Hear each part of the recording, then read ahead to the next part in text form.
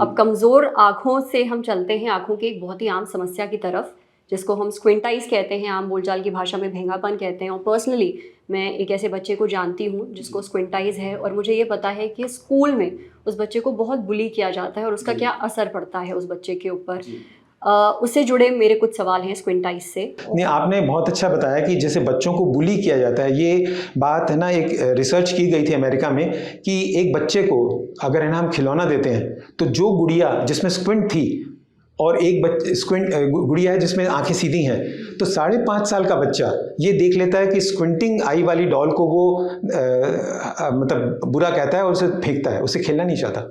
तो यही चीज़ बच्चों में भी पाई जाती है। तो 5.5 साल के बच्चे ये है ना देख पाते हैं कि आंख में बच्चे के दूसरे के स्क्विंट है और उनको बुली कर सकते हैं या उनको थोड़ा सा नीचा दिखाने की कोशिश करेंगे, तो उनकी पर्सनैलिटी पे बहुत प्रभाव पड़ता है।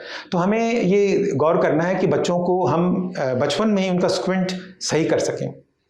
सिर्फ देखने की बात ही नहीं है, ये हमने देखा है कि ना हमारी जो दोनों आंखें हैं, ये जिससे हम बाइनोकुलर विजन बनती है।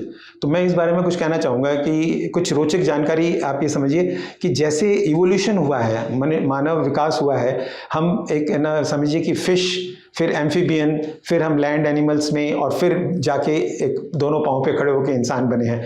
तो इसी में आप देखेंगे कि पहले फिश की आंखें दोनों साइड में होती हैं, अगल बगल होती हैं, और जैसे जैसे है ना इवोल्यूशन होता है, आंखें हमारे सामने आ रही हैं। शेर की आंखें देखिए सामने आ जाती हैं, आउल की, जो और पक्षी हैं जो जैसे जैसे और शिकारी पक्षी हैं उनकी आंखें सामने आ जाती हैं, ऐसे इंसान की आंखें भी सामने आ जाती हैं। क्यों? जिससे बाइनोकुलर विजन आ सके।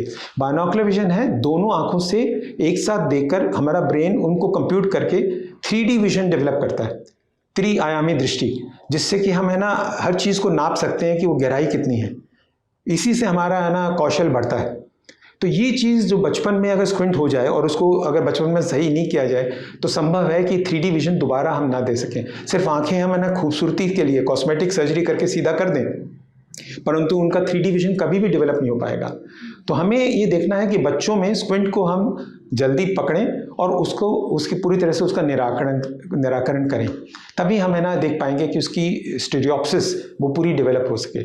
स्टीरियोप्सिस यानी 3D vision. Follow Center for Sight and post your queries to get answers from the experts.